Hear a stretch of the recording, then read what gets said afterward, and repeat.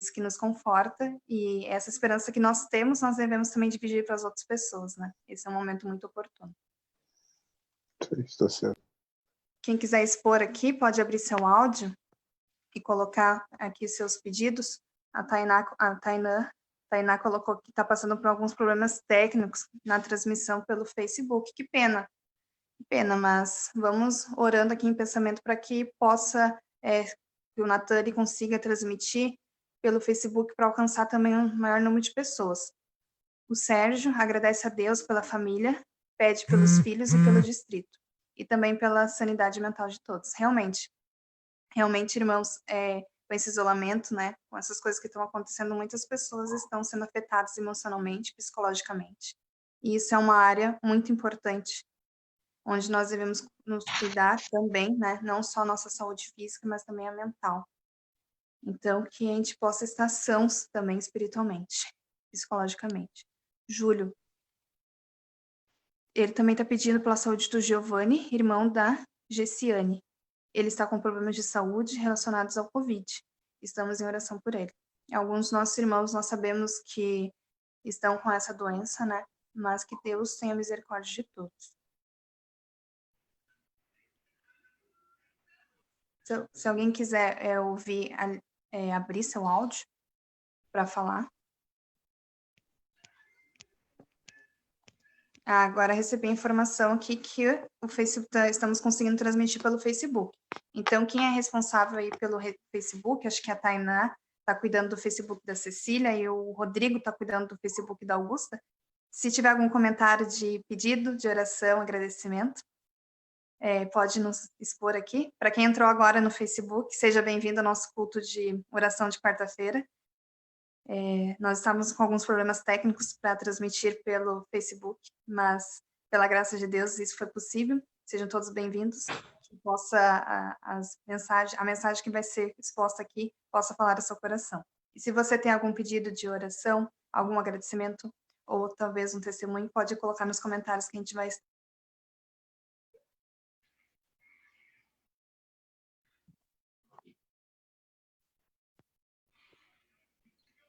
Vai fechar o áudio dela.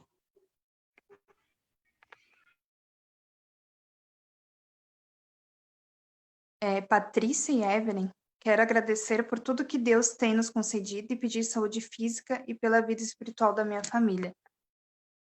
Aline de Paula agradece a Deus pelos cuidados. Tainá e Rodrigo, nós temos algum pedido no Facebook?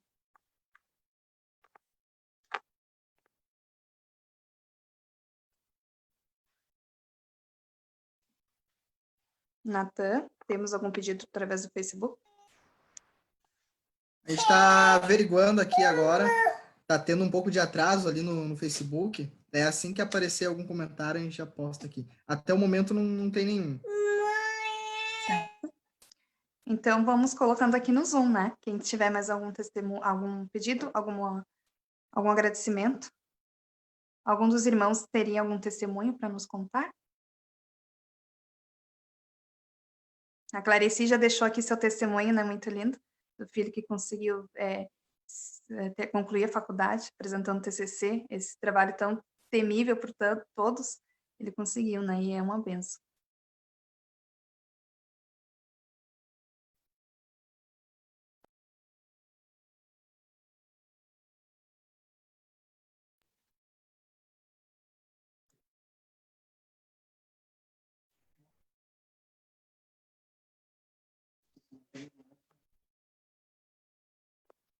Foi nos informado, então, que quem está nos assistindo através do Facebook está com um pouco de delay, né? Daqui da transmissão do aplicativo do Zoom. Vamos esperar mais alguns momentos e a gente já dá seguimento ao nosso culto.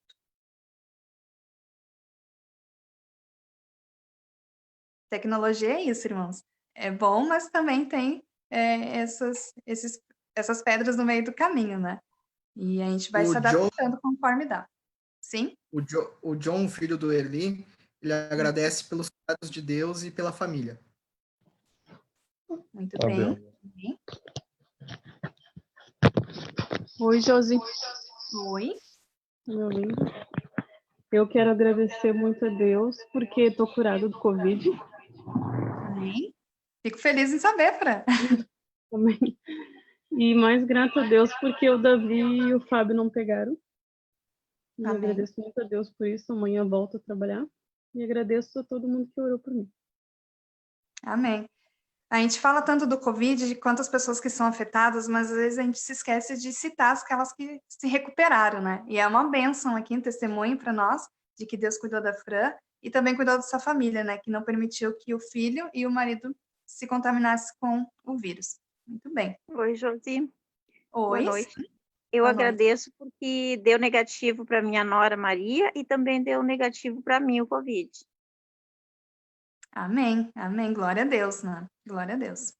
Amém. Deus cuida dos seus filhos. Boa noite, Josi. Boa noite. O Cristiano Trindade está pedindo pelos alunos de estudo bíblico dele. Muito bem, Cristiana é da minha igreja, faz dupla com o Fábio, e eu sei que eles ingressaram com novos estudantes da Bíblia, e isso é uma bênção, né, a gente poder compartilhar do amor de Deus com essas pessoas, e vamos sim orar por eles também.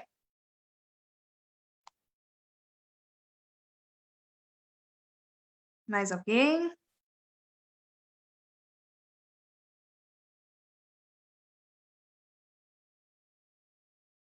Não, no Facebook não tem mais nenhum comentário, aqui também não.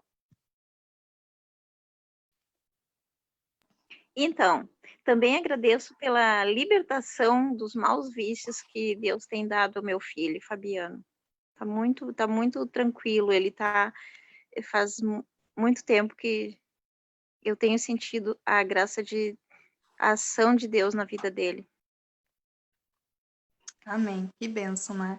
Eu não sou mãe ainda, mas quando fala de filhos, né, a gente se emociona. E quando faz bem para o nosso filho, também faz bem automaticamente para os pais, né? É uma bênção.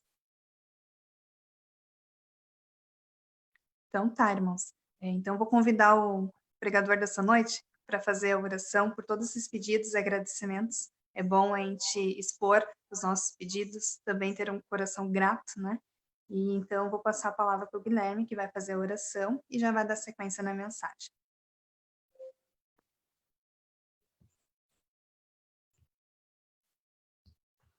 Boa noite. Vamos então Boa noite. orar nesse momento. Você está em casa aí. Nesse momento vamos orar nossa fronte, vamos falar com o nosso Deus. Pai querido, nós te louvamos o nome porque o Senhor é misericordioso conosco, apesar dos nossos pecados, apesar de termos errado tanto. Porém, o Senhor, com a sua graça, nos envolve e nesse momento nós queremos agradecer tantas bênçãos que recebemos. Nossos irmãos agradeceram em várias situações pela saúde física, pela cura, pelo sucesso dos filhos. E nós louvamos teu nome porque a tua mão é vista na vida dos nossos irmãos. Agradecemos porque o Senhor é conosco e também te pedimos que o Senhor possa tratar com carinho cada pedido aqui feito, cada coração aqui que está pesado, que está preocupado, que o Senhor possa consolar e que o Senhor possa também, conforme a tua vontade, conceder a tua graça, conceder a cura, conceder o perdão. Te pedimos nesse momento que o Senhor continue conosco, que o Senhor possa me usar como teu instrumento e que tudo que viermos a ler aqui possa servir para a nossa vida espiritual desde já. Oramos e te agradecemos, não porque merecemos, mas pelos méritos de Jesus. Amém. Muito bem. Quem não me conhece, meu nome é Guilherme, sou da igreja da São Lucas e sou esposo da moça que estava fazendo ali as introduções ali, né? Josiane. E ela está aqui do meu lado e agora passou aqui a bola para mim. Nós vamos, então, conversar um pouco sobre um assunto que creio que é um assunto bem atual e que nos serve de alerta, muito mais nesses momentos que nós estamos passando.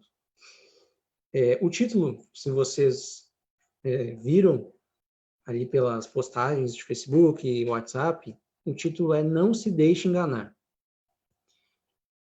Com certeza, algum de nós já foi enganado, né?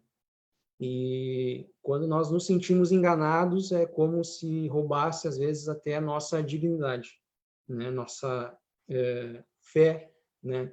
Nas pessoas, nossa fé naquilo que nos é prometido.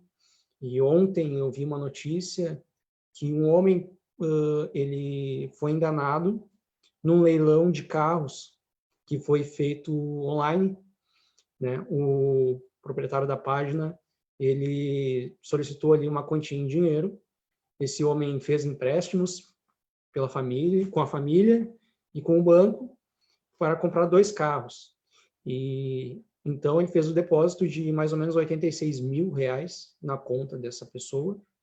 E depois essa pessoa, quando ele foi combinar então para entregar o carro, essa pessoa já tinha bloqueado, já tinha excluído ele não conseguia ligar, o telefone estava sempre fora de área e o prejuízo aí foi de mais ou menos R$86.000. Então imaginem o prejuízo desse homem. E nós nos imaginamos no lugar dele também, né? Como deve ser ruim, né? Ser enganado e ainda ter que arcar com alguns prejuízos.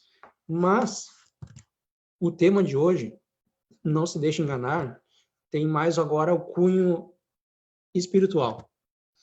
O mundo de hoje, nós sabemos que ele é um reino de Satanás, né? Que é o enganador e o pai da mentira, segundo o Evangelho de João, capítulo 8, verso 44. E nós vamos agora analisar, nos tempos antigos, na época de Pedro, isso após a ascensão de Jesus ao céu, alguns fatos que ocorreram naquela época. E nós vamos estudar na segunda carta de Pedro, convido vocês a abrirem agora. Segunda carta de Pedro, a partir do capítulo 1, ele escreveu, Pedro, essa carta, e foi uma das últimas cartas que ele escreveu, se não me engano, a última carta antes de ser morto, né? E o interessante é que essa última carta dele não vem falando do amor de Deus, não vem falando do perdão, misericórdia de Deus, mas sim é uma mensagem de alerta. 2 Pedro 2, ou melhor, 2 Pedro capítulo 1, e o verso 16. Quem quiser ler, quem já achou o versículo, pode abrir o áudio e a gente pode compartilhar conosco.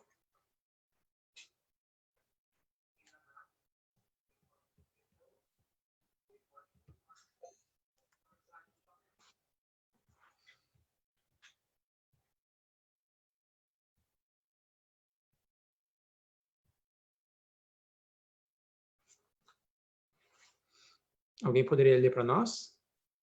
Já foi colocado para nós ali o verso na tela.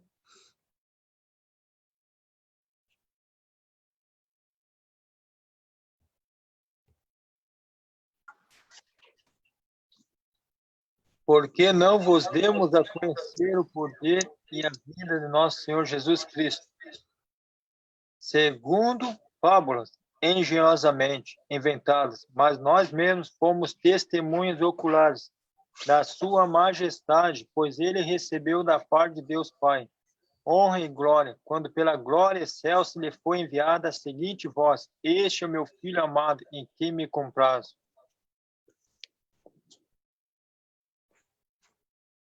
Muito bem, obrigado pela leitura. Agora, lendo esse primeiro versículo, nós vamos ver agora as 4 mentiras que foram divulgadas na época ali de Pedro, né? Depois que Jesus então foi para o céu, tinham 4 mentiras que na época não eram divulgadas. E a primeira mentira da época era que a segunda vinda de Cristo, ela era uma fábula. E a resposta de Pedro, a gente vê no verso 16, né? E ele diz assim: porque não vos demos a conhecer o poder e a vinda do nosso Senhor Jesus Cristo, segundo fábulas engenhosamente inventadas. Então, aquilo ali foi mais ou menos esse verso é uma defesa à acusação que era feita aos apóstolos, né? Porque eram acusados de usar a segunda vinda de Cristo para um benefício próprio, né? E então Pedro se defende e fala ali, né, que eles não pregaram, não deram a conhecer às pessoas a segunda vinda de Jesus e o poder, segundo fábulas engenhosamente inventadas, ou seja, mitos, né, fábulas que eram inventadas. E ele diz que ali no mesmo verso que eles mesmos conheceram ou foram testemunhas oculares da sua majestade. E ele cita esse testemunhas, né? E lembrando daquele episódio em que ele sobe ao monte, né? Com Jesus Cristo e então desce Elias do céu, né? A transfiguração ali. E eles então testemunharam a majestade de Jesus, né? E essa é a primeira mentira que os líderes daquela época falavam, né? Para os seguidores dos apóstolos, né? Diziam que aquilo ali era uma fábula, que era um mito, e que aquilo ali era para benefício próprio dos próprios apóstolos. Naquela época, havia muitas fábulas, né, mitos, e o povo daquela época era muito influenciado por líderes religiosos que inventavam fábulas e novas filosofias mundanas para o próprio benefício, né? Tanto que nós formos ver nos 1 Coríntios 1,17, Paulo também fala sobre fábulas, Timóteo fala sobre fábulas, mitos. Então, isso era uma realidade daquela época. Ter fábulas, mitos contados entre o povo era uma forma de enganar as pessoas naquela época. E o Pedro, então, ele tenta se defender disso, né? Falando justamente que quando eles deram a conhecer o poder e a majestade e a vinda do nosso Senhor Jesus Cristo, não foi por fábulas, como faziam os líderes daquela época, porque ali no próprio verso ele responde que eles foram testemunhas oculares, né? Então, fábula é aquilo que é inventado, né? Que ninguém viu, que ninguém sabe. E Pedro fala, não, aquilo que nós falamos para vocês, nós falamos porque nós testemunhamos, nós vimos, né? Então, essa é uma das mentiras da época, de que a segunda vinda de Cristo era uma fábula. Um texto bem conhecido nosso, que fica lá em João 14, 1-3, né?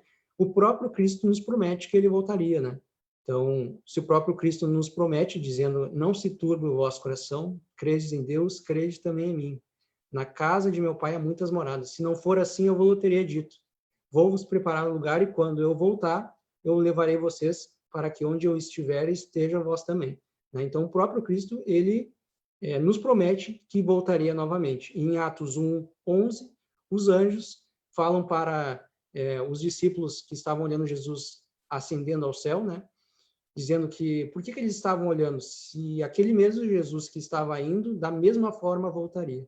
Então, mais uma vez nós confirmamos que realmente aquilo que o Pedro e os outros apóstolos pregaram era realmente que Jesus voltaria, e nós temos a certeza hoje que ele vai voltar pela segunda vez. Essa é a primeira mentira daquela época. Nós vamos ler mais 3 mentiras, mas e hoje? Será que nós somos enganados? Será que isso é uma coisa que era daquela época? Ou nós temos hoje também algumas mentiras que nos são ditas, né, que nos desviam da palavra de Deus? Uma das mentiras de hoje que Satanás usa é as datas marcadas para a vinda de Jesus. Quantas vezes nós ouvimos de que Jesus voltaria no ano tal, na data tal, né? Justamente a igreja adventista, ela nasceu depois de um fato mais ou menos parecido com isso, né? De uma data marcada, e Satanás, ele usa essa forma de mentira hoje para então enfraquecer a volta e a mensagem da volta de Jesus, né?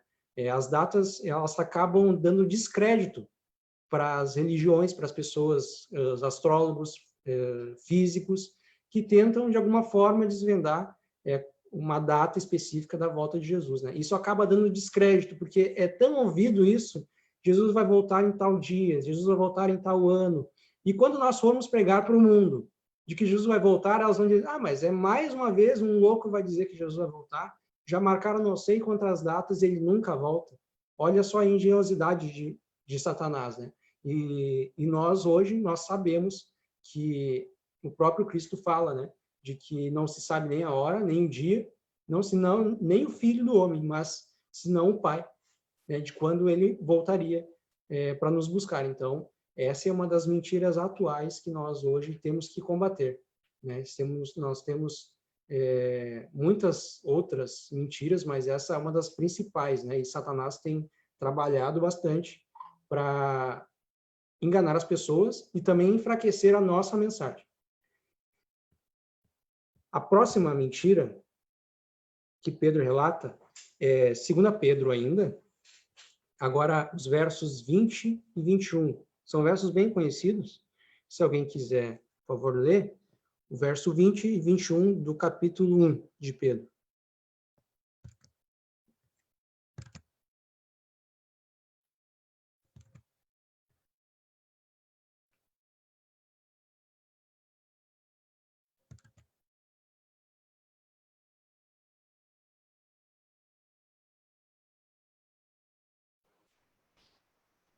Sabendo primeiramente isto, que nenhuma profecia da Escritura provém de particular elucidação, porque jamais qualquer profecia foi dada por vontade humana. Entretanto, homens santos falaram da parte de Deus, movidos pelo Espírito Santo. Obrigado. Então, a segunda mentira que então Pedro tenta combater é que as profecias elas têm origem humana, né? A Pedro afirma então que nenhuma revelação ela vem do ser humano, com seus defeitos e as suas próprias vontades, mas sim do Espírito Santo. Essa é uma objeção a uma outra acusação de que os profetas eles interpretavam os próprios sonhos e visões pessoais, né?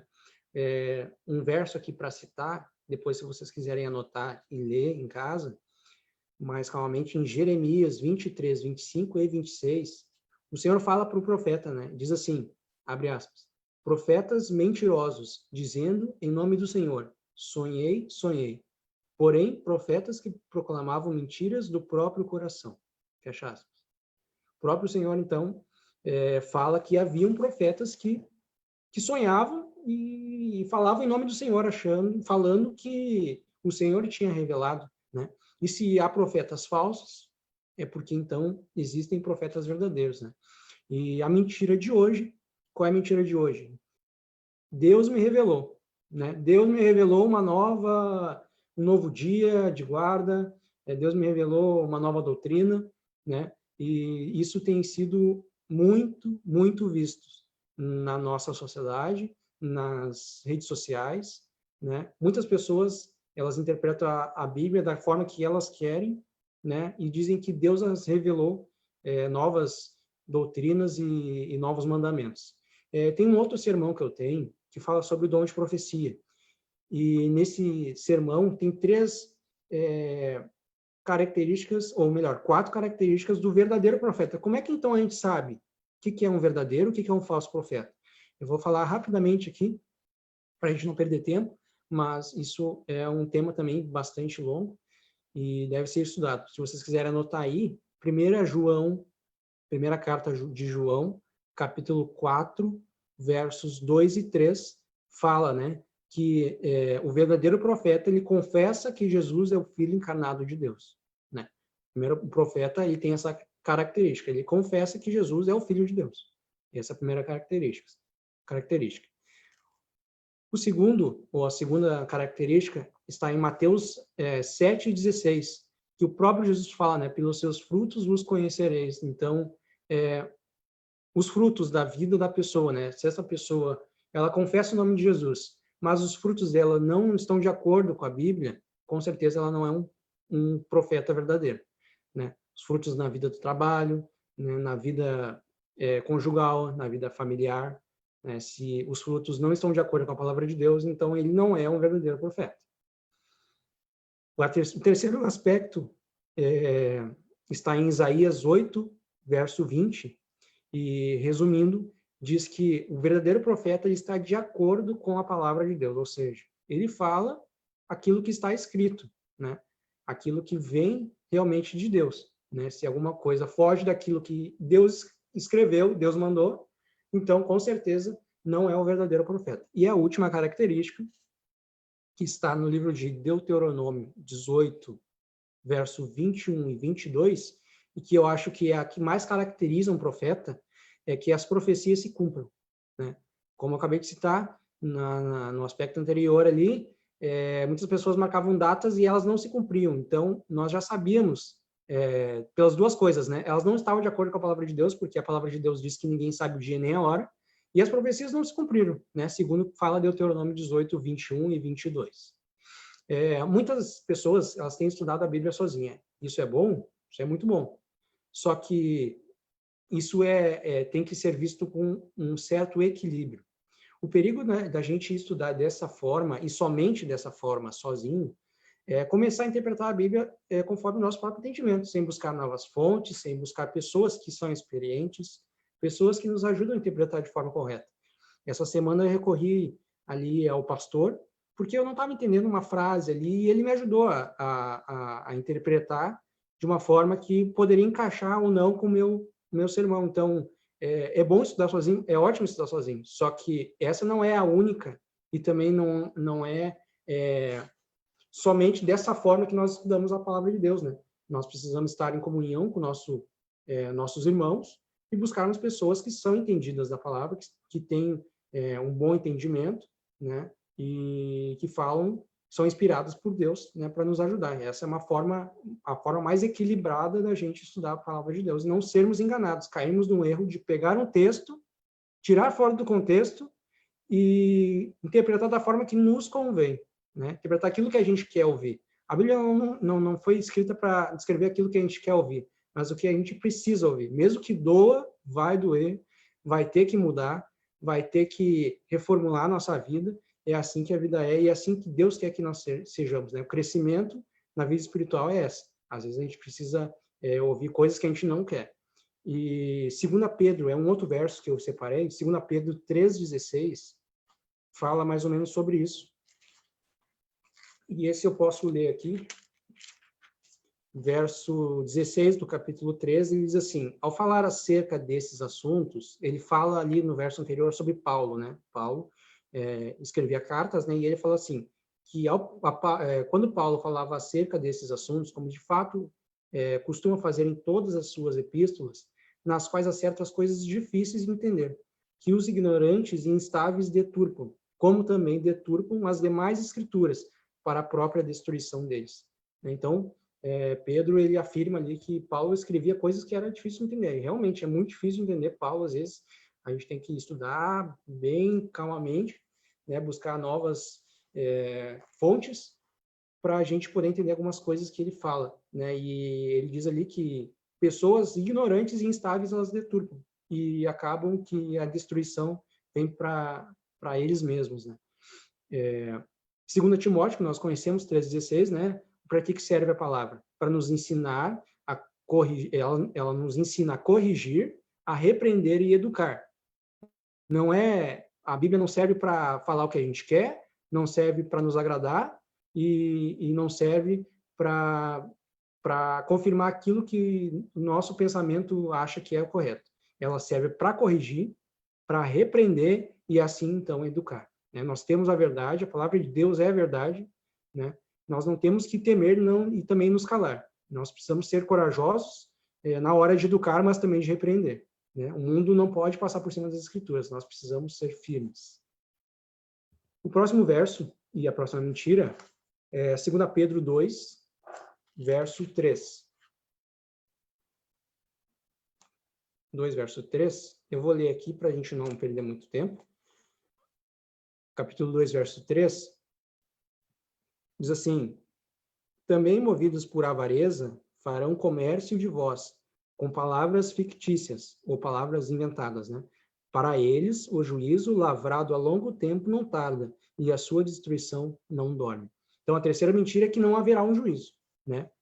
O próprio Pedro, ele responde no verso, agora no capítulo 2 mesmo, no verso 4 a 10. Ele diz assim: ora, se Deus não poupou os anjos quando pecaram, antes precipitando-os no inferno, os entregou a abismo de treva, reservando para o juízo.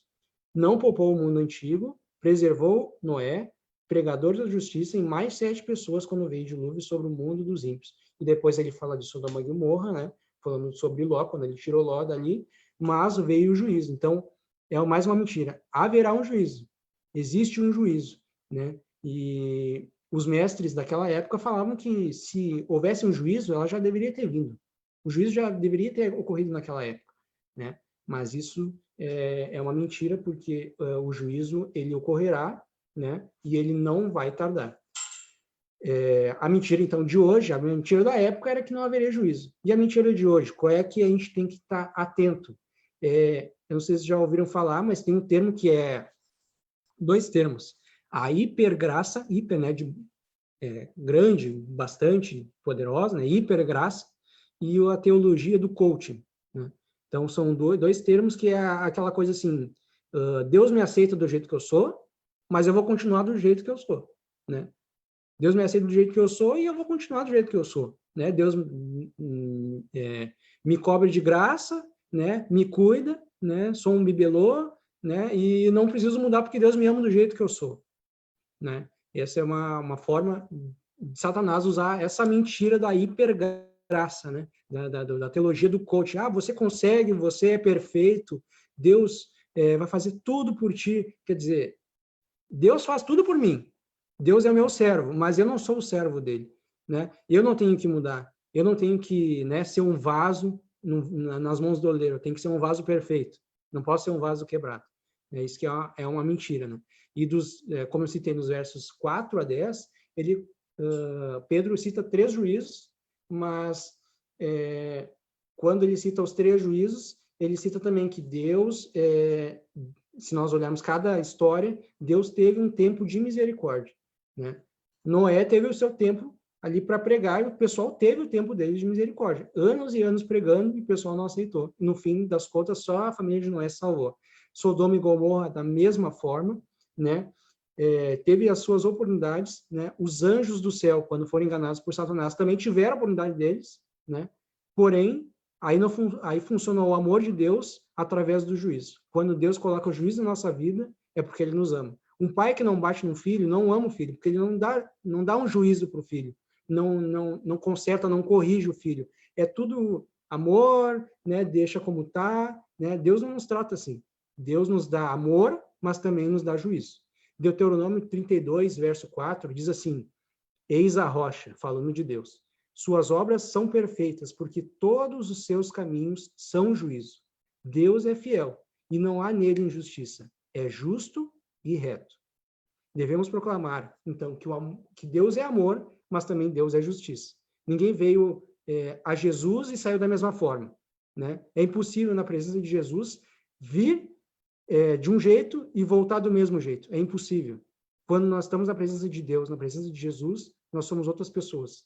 Nós saímos dali diferentes. Não tem como estar na presença de Jesus e ser a mesma pessoa, né? Essa é o terceiro aspecto que eu queria falar. E agora, a quarta mentira da época está lá em 2 Pedro 3, verso 9. E ele diz assim, e esse verso é bastante conhecido, ele diz assim: não retarda o Senhor a sua promessa, como alguns a julgam demorada.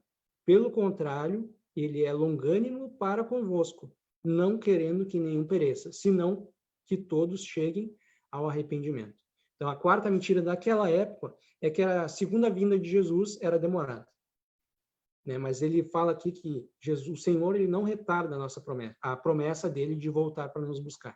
Abacuque 2:3 tem uma situação que fala assim, abre aspas, a visão está para se cumprir no tempo determinado, mas se apressa para o fim e não falhará. Se tardar, espere-o, porque certamente virá e não tardará, né? Então, o juízo, né, o juízo ali que eu falei antes, ele virá, né? E a segunda vinda de Cristo, como eles a julgavam demorada naquela época, e hoje também nós, às vezes, julgamos a vinda de Jesus como se fosse demorada, porque hoje nós vivemos dissolutamente, né? Nós vivemos de qualquer jeito, como se Jesus fosse vir só daqui 30, 40, 50, 100 anos, ou depois que nós morremos, né? Mas isso é um fato que nós precisamos mudar na nossa vida, né? Jesus está às portas, né? Jesus está vindo daqui a pouco, né? Seja quando estivermos aqui ou não, ele vai vir, né? E quando, se formos morrer e Jesus não vier ainda, Jesus já voltou para mim. Se eu morri, Jesus já voltou para mim. E como eu não sei quando eu vou morrer, então muito mais eu teria que estar preparado, né? E o texto fala ali que não retarda o Senhor de vir. Pelo contrário, ele é paciente, né? Paciente conosco, querendo que nenhum de nós se perca. A mentira de hoje é a mesma. Jesus demora a vir, né? E as pessoas vivem ele dissolutamente como se não houvesse amanhã. O dilúvio, se nós vermos a história, dizia que eles casavam, se davam em casamento, faziam festas, bebiam, comiam, e de repente veio a água e levou todos eles, né? O que é a água na nossa vida? Pode ser a morte, pode ser a vinda de Jesus, né? Pode ser qualquer coisa que afete a nossa vida espiritual. E como nós vivemos num mundo tenebroso, um mundo que às vezes quer nos desviar da palavra de Deus, desviar da verdade, nós temos que estar atentos, porque o diabo ainda continua trabalhando para inventar mais e mais mentiras. E um texto que eu acho que é básico para nós hoje é esse de Eclesiastes, capítulo 1.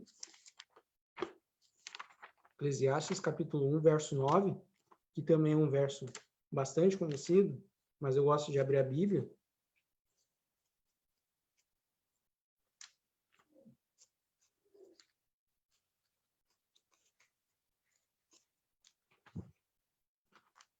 Eclesiastes, capítulo 1, e no verso 9, Salomão, então, diz assim: o que foi é o que há de ser, e o que se fez, isso se tornará a fazer. Nada há, pois, novo debaixo do sol. Nada mudou. As mentiras daquela época, hoje estão com roupagem nova, hoje estão com novos termos, hoje estão com novas verdades relativas, né? Que hoje nada é verdade, tudo é relativo, né? Mas a verdade, nós sabemos que a verdade é uma pessoa, né? A verdade é Jesus, né? A verdade não está nas minhas filosofias, na minha experiência de vida, né? Na minha sabedoria, né? Ou em qualquer outra literatura que nós leamos, que nós ouvimos, na rádio, né? Mas a verdade é Jesus, né? E como o sábio falou, nada mudou. Naquela época, para ele, nada tinha mudado. Na época de Pedro, que veio muitos anos depois, era a mesma coisa. Tinha profetas que enganavam, tinham pessoas que diziam que o juiz não viria, né? E hoje também a mesma coisa acontece conosco. Pessoas colocam vídeos falando de qualquer coisa, colocando heresias nas redes sociais, e muitas pessoas, e muitos de nós compartilhamos, curtimos, comentamos e achamos legal, achando que aquilo ali é tudo verdade. Mas nos falta isso aqui, ó. É leitura da palavra. É ler, reler, estudar, perguntar, correr a novas fontes, correr ao pastor, correr pessoas que são experientes. Nós precisamos ser firmes hoje. Essa coisa de verdade relativa, ou essa coisa de que bonito esse sermão, Jesus me ama, mas o juízo nunca vem, né? Eu vou para Jesus do jeito que eu estou, mas eu não preciso mudar. Isso não é bíblico, isso não é a palavra de Deus. E terminando já, tem um verso que eu gosto muito, que fica lá em Daniel, capítulo 1, que nós precisamos, de certa forma, imitar um pouco aquilo que Daniel fez. Capítulo 1 de Daniel.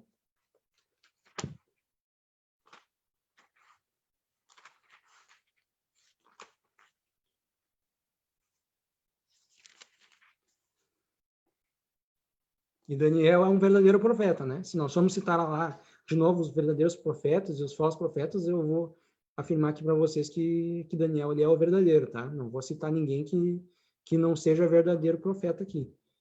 Tanto que ele confessou Jesus Cristo, né? Como se nós formos ver as características, né? Ele confessou Jesus Cristo como filho encarnado de Deus. Aquilo que ele falou aconteceu, né? E Daniel falou através de Deus, né? Segundo as escrituras da palavra de Deus. Daniel 1:8. E fica essa atitude para nós hoje. Daniel 1:8 diz o seguinte: resolveu Daniel, de qualquer forma, não contaminar-se. É isso, né? Não, aqui, ó. Deixa eu ler de novo. Resolveu Daniel de que forma? Firme, convicto, não de qualquer jeito. Não acreditando no meu amigo, não acreditando naquilo que eu vejo, não acreditando que todo mundo está compartilhando. Resolveu Daniel firme, convicto daquilo que ele acreditava. Não contaminar-se com as finas iguarias do rei. Hoje o mundo é um banquete. Hoje tem para tudo que é gosto. Todo mundo vai lá e se esbalda, né? Hoje o mundo oferece tudo isso. Mas Daniel foi o contrário, né? Daniel, ele resolveu de forma firme e convicta não se contaminar. Fica para nós essa mensagem. Nós devemos ser firmes, acreditar naquilo que a palavra diz. Não deixar que as coisas do mundo nos atropelem e a palavra de Deus fica em segundo plano. E o último verso da noite, ele está em Lucas 19, e esse é o nosso maior modelo. Quem falou isso foi o nosso maior modelo. Então, se você esqueceu de tudo que eu falei e se lembrar só desse verso, então a gente atingiu o nosso objetivo. Lucas, Evangelho de Lucas, capítulo 19, verso 39 e 40. Esse episódio acontece quando Jesus está entrando em Jerusalém, em cima de um jumentinho, né? E então o povo recebe ele como um rei, colocando as vestes no chão, as pessoas que ele curou saltando de alegria, os cegos vendo o próprio Cristo ali recebendo com honras e glória. E agora acontece um fato em Lucas 19, 39 e 40, que diz o seguinte: ora, alguns dos fariseus lhe disseram em meio à multidão, isso dizendo para Jesus, né? Mestre, repreende os teus discípulos. E o verso 40 diz assim: mas ele lhes respondeu, asseguro-vos que se eles se calarem, as próprias pedras clamarão. Mesmo que o mundo nos cale, mesmo que eles tentem nos calar e tentem calar a palavra de Deus, Deus vai usar de alguma forma que a verdade dele seja dita, né? E Jesus diz aqui que se eles se calarem, então as pedras clamariam, né? A natureza proclama que existe um Criador, a natureza proclama que Jesus vai vir, né? Nós estamos vendo hoje num momento que, mais do que nunca, nós estamos necessitados da palavra de Deus, e muitas pessoas estão necessitadas nesse momento da palavra de Deus, e precisam ouvir mais verdades do que mentiras, ouvir mais fatos do que fábulas. E nós precisamos ser como Daniel, ser firmes, convictos daquilo que nós acreditamos, e esquecer aquilo que o mundo fala, e só ouvir a voz de Deus. Que nós possamos ter um restante de semana abençoado. E a última música que eu escolhi, então, para nós cantarmos, fala que nós temos que ter os pés na terra, mas os olhos para o céu, porque Jesus ainda vai vir, vai nos buscar, mas quando diz que nós devemos estar com os pés na terra, é porque nós temos que estar com os pés firmes aqui, esperando Jesus voltar para nos buscar. Que possamos ter uma semana abençoada. Vamos cantar, pedir para o Natan então colocar para nós ali, com os pés na terra e os olhos no céu.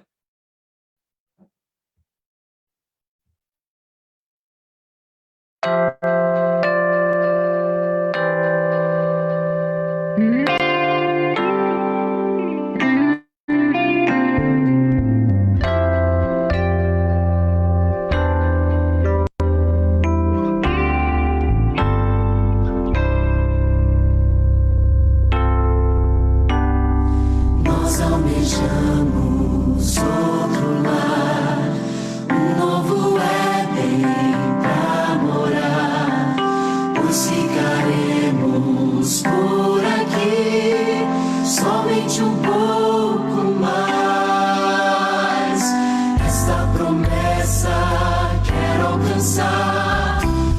custe o que custar. E enquanto espero, sigo confiando no poder que vai me salvar. Com os pés na terra e os olhos no céu, eu vou. Com os pés na terra e os olhos no céu, eu vou seguindo até encontrar meu Jesus.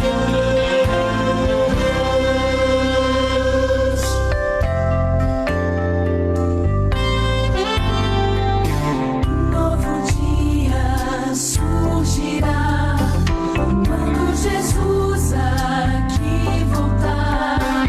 Todo o pranto findará, só alegria haverá. Não mais tristeza, não mais a dor, lá reinará o amor. Finalmente verei e adorarei o meu Rei, meu Salvador. Com os pés na terra e os olhos no céu, eu vou. Com os pés na terra e os olhos no céu, eu vou seguindo até encontrar meu Jesus. Com os pés na terra e os olhos no céu, eu vou. Com os pés na terra e os olhos no céu, eu vou seguindo até encontrar meu Jesus.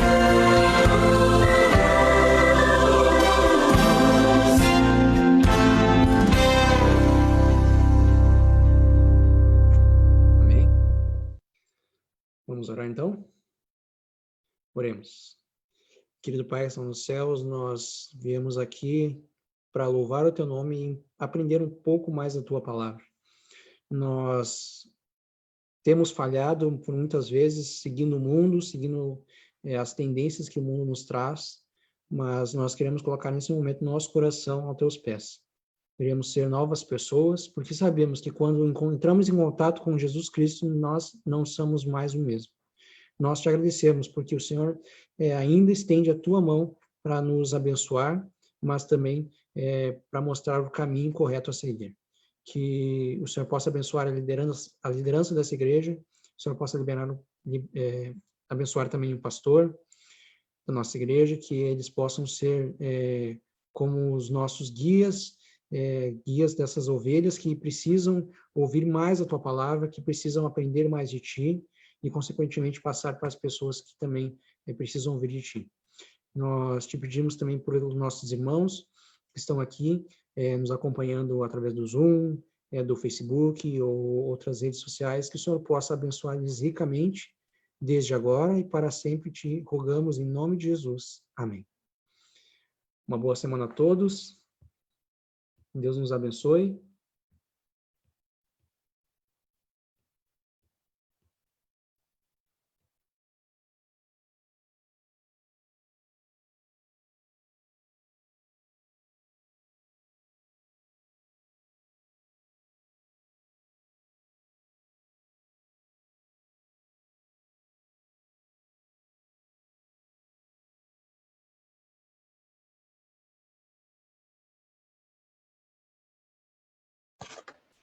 Boa noite, irmãos que estão acompanhando pelo Facebook. Nós agradecemos pela presença de vocês e nós pedimos que vocês se inscrevam no nosso canal pelo YouTube para que nós possamos transmiti-lo através de lá, ok? Boa noite a todos e uma feliz semana para todos.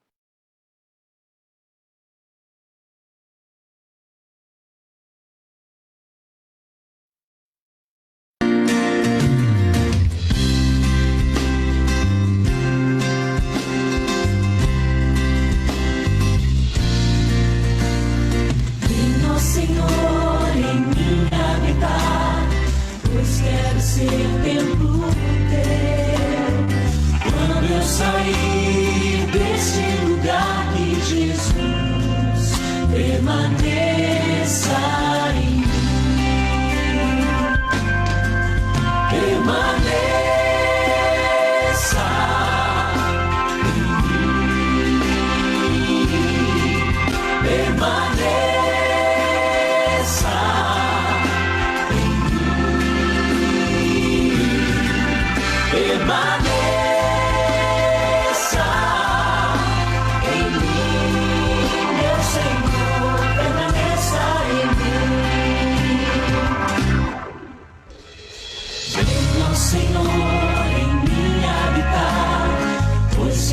ser templo teu.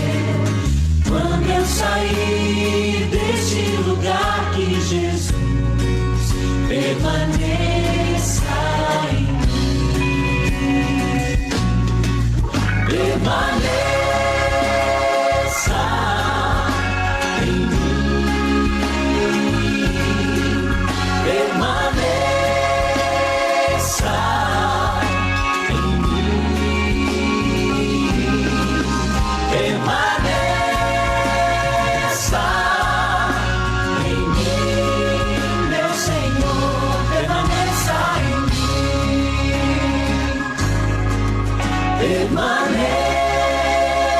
Permaneça em mim. Permaneça em mim. Permaneça em mim, meu Senhor. Permaneça